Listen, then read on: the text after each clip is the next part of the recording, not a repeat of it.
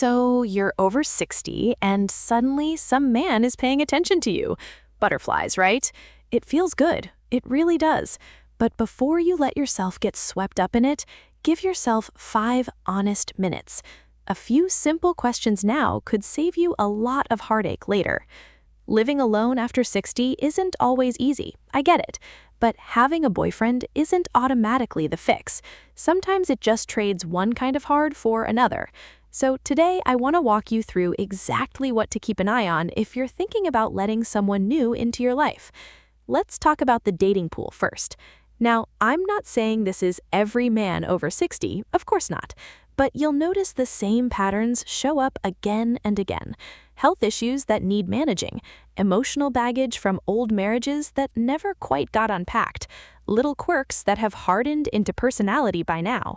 The flirting stage is fun, sure, but down the road, you might find yourself tracking his pills, holding his hand through every mood swing, and quietly overlooking things that annoy the life out of you. That's a job, not a romance. Here's what I'd tell a friend. Ask the hard questions early. Ask about his health, his ex, his kids, and then, this is the important part, watch how he reacts, not just what he says. His face, his posture, the way his eyes move when you bring something up. That tells you more than any answer ever will. Now, let's talk about caregiving. Stop for a second and really think about how much of your life has gone into taking care of other people. Kids, a husband, maybe your own aging parents. For years, decades even, your needs probably sat at the very bottom of the list. Well, that chapter's over. Nobody's entitled to your cooking, your patience, or your cleanup duty anymore. But bring a new man into the picture, and it is so easy to slide right back into caretaker mode without even noticing.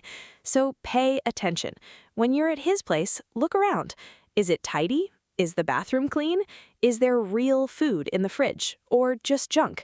Does the trash actually get taken out? Don't let good manners distract you from these small, honest details. They say more than charm ever will. Has this happened to you before? Pause here and tell me in the comments. I read every one, and honestly, that's where the real conversation happens. Next up, money. Be careful the moment things shift from my needs to our needs. A lot of men in this age group aren't exactly financially comfortable.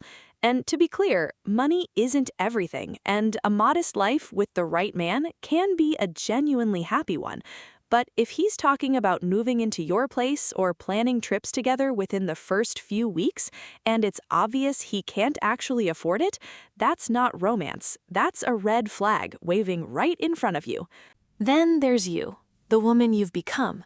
By 60, most women know exactly who they are, what lights them up, what they're simply done tolerating. And that's exactly why the wrong relationship can be so dangerous, not because it's dramatic, but because it's quiet. Relationships have a sneaky way of pulling us back into old habits, shrinking ourselves, softening opinions we used to hold firm, giving ground on things we swore we'd never budge on again. So if you start seeing someone, say it early, what you won't accept, how much your freedom matters to you, and watch closely how he takes it. And finally, time. Nobody likes saying this part out loud, but it might be the most important one. Your years ahead aren't unlimited. They're precious, and they deserve to be spent on things that actually fill you up. Don't stay stuck in something just because you're afraid of being alone, or because someone out there thinks a woman needs a man to be whole. You were already whole. So does that mean close the door on love for good? Not at all. If a genuinely good man walks in, someone who adds to your life instead of draining it, that's a beautiful thing. Just go in with your eyes open. Here's exactly what to watch for. Watch him in his own kitchen. Can he actually cook for himself, or is he hoping you'll become his personal chef the second things get serious? Is his home cared for, or is it a mess he's counting on you to fix? 2. Don't shrink your life to fit his. A real relationship should make your world bigger, more laughter, more adventure, more support, not less. 3. Remember what you're worth. You spent decades looking after everyone else.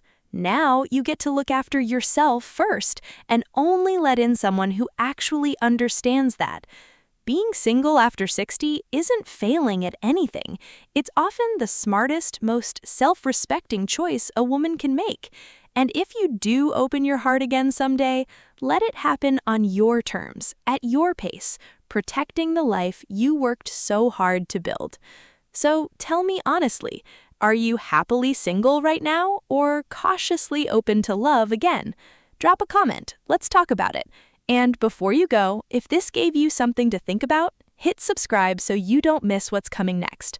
This channel is for women like you, wiser, freer, and finally living life on your own terms.